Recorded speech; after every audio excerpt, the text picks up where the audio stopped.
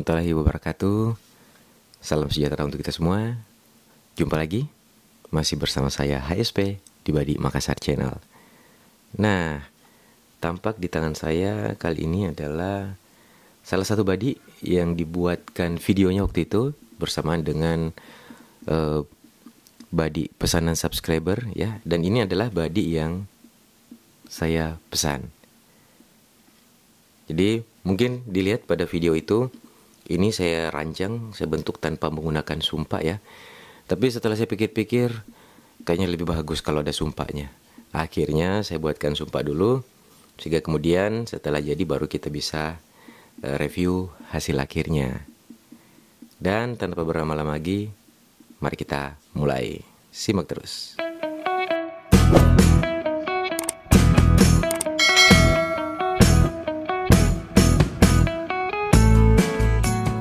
Oke, kita lanjut ya. Nah, sudah saya ambilkan contohnya. Badi yang satunya ya.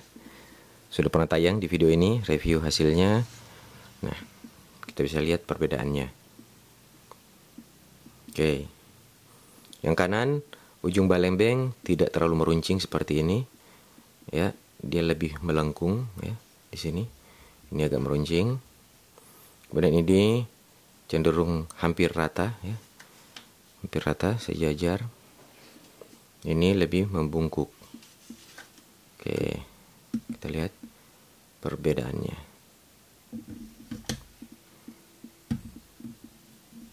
Ya, pada bagian sini juga, ini langsung, sini ada variasi. Ya.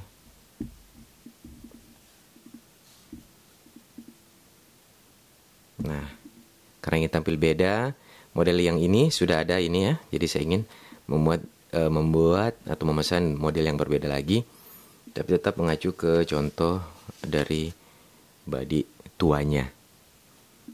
Nah, kita mulai lagi menganalisa atau melihat detailnya. Untuk gagang menggunakan kayu galih asam ya.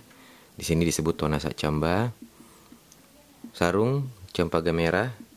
Ya, karena ini belum terlalu lama jadi. Ini yang sudah lama jadi, warnanya sudah lebih agak berubah sedikit. Ini masih sangat cerah.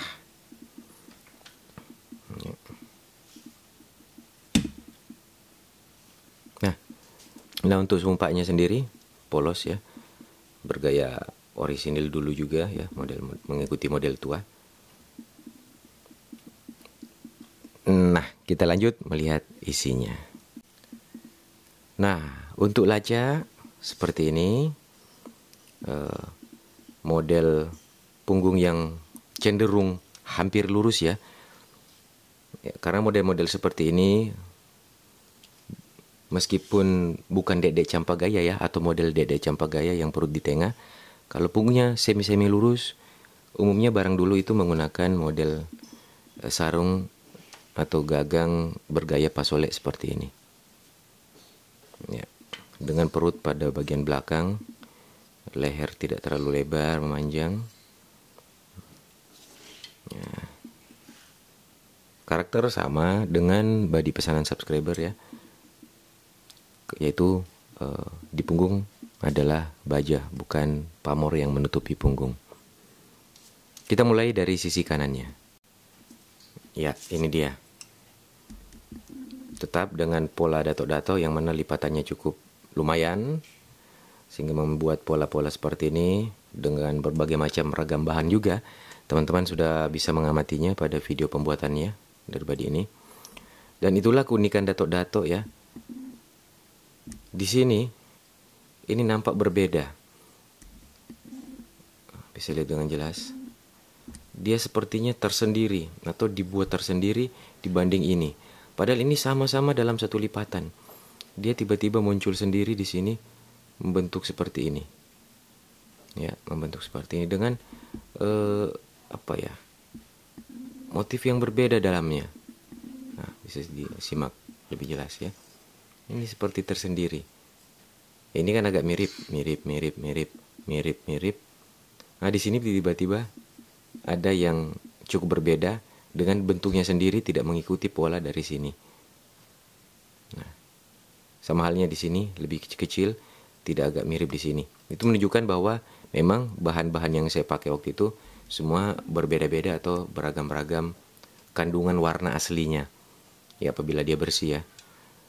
Dan satu hal lagi yang saya sangat bersyukur, muncul lagi bulang-bulang di sini, atau ya bulang-bulang lah ya maksudnya masuknya ya, ya. Warnanya dia lebih terang, mengkilap ya. Ya, sangat mengkilap, memantulkan cahaya. Dan di ujung kanan juga posisinya. Saya sangat senang dengan hasilnya ini. Di sini terdapat pamor juga ya, membulat seperti mata. Ya. Untuk ukuran ini ya tentunya lebih pendek dari body subscriber ya, pesanan subscriber. Sudah lihat mungkin ya di video sebelumnya. Nah, kita lihat punggung kurang lebih sama karena teknik waktu itu pemasangan baja. Saya samakan saja dengan body yang lebih panjangnya. Ya, mari kita lanjut ke sisi sebelah kiri. Ini sebenarnya masih butuh ditompang-tompang dulu ya. Tapi masih agak cukup sibuk, jadi biar nanti saja. Sini cukup padat ya. Padat dalam arti pamornya saling berdekatan ya. Kalau dalam sisi tekniknya atau metalurginya padat juga, ini termasuk padat juga, yaitu pamor ini benar-benar rapat di antara semua bahan, benar-benar rapat. Kemudian dengan bajanya pun penyatuannya benar-benar rapat. Jadi ngepres ya, benar-benar rapat dan ngepres. Nah, kita lihat pamornya. Oke.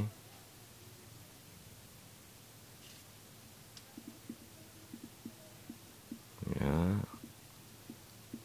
Lihat motif urat talasa juga tampak dengan jelas ya.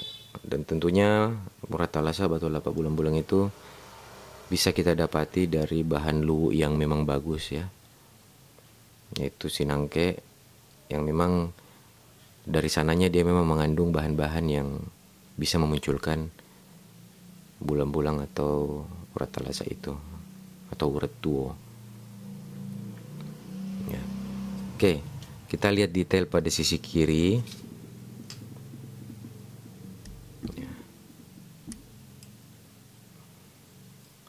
Sini ada bayangan ya, kayak hitam. Kemudian ada yang terang-terang, lurus di sini dan langsung terbuka melebar. Kemudian di sampingnya, banyak pamor yang kecil-kecil. Kemudian di sini besar. Kemudian di sini kecil-kecil lagi, ya, kecil-kecil. Kecil. Di sini semakin lama, semakin ke ujung semakin banyak yang kecil-kecil. Ini lihat langsung lebih nampak jelas sebetulnya. Ya. Kecil-kecil. Di sini mulai ada gumpalan besar. Kemudian di sini ada urat talasa. Coba saya cari pengambilan gambar yang pas. Ini ya, bagian sini urat talasa muncul di pertemuan baja dengan pamor. Kemudian sampai ke ujung muncul lagi urat talasa yang membentuk dua ujung seperti ini ya, dua segitiga mengujung seperti ini. Nah, coba lihat detailnya. Biasa kalau pada ujung badi yang modelnya terbuka seperti ini ya, bukan yang begini ya, seperti terbuka begini, itu disebut masumpang buaja ya. Nah, tapi ini bukan ujungnya atau bajanya yang membentuk begitu, tapi pamornya. Ya, ini membentuk seperti ini. Ya, ini suatu hasil karya alam ya, yang natural, yang luar biasa, sehingga bisa muncul seperti ini. Jadi tanpa disengaja dia menghasilkan seperti ini. Dan yang membentuknya itu adalah urat talasa atau urat tuo. Ya, jadi makin sayang dengan body ini ya. Ya, modelnya juga ya kita bisa mati lagi. Panjangnya ya di bawah sejengkal saya. Kurang lebih mungkin ini sekitar 17 cm ya, 17 cm lebih. Mendekati 18 cm.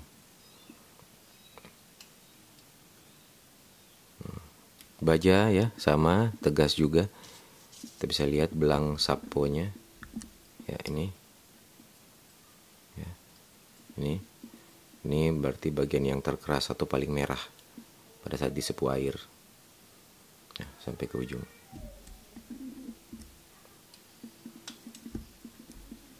Teknik sapo yang digunakan Dengampa juga saya selalu request kalau saya pesan, baik milik saya ataupun milik teman, yaitu yang dicelup semua. Jadi bukan sedikit ya, begitu ujungnya bagian matanya saja yang dicelup di air, disepuh. Ini saya mintanya yang memang keras, yang dicelup semua, dan memang tingkatan merahnya itu masuk kategori sepuh sedang atau sepuh tua ya. Sepuh tengah atau sepuh tua. Artinya tua dalam artian warnanya benar-benar merah, jadi keras. Dan setelah bukti kerasnya, setelah disepuh, saya mengasahnya ini lumayan butuh waktu.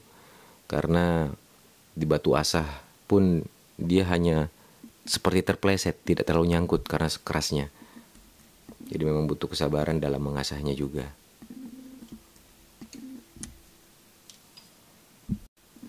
Ya, kembali kita lihat lagi.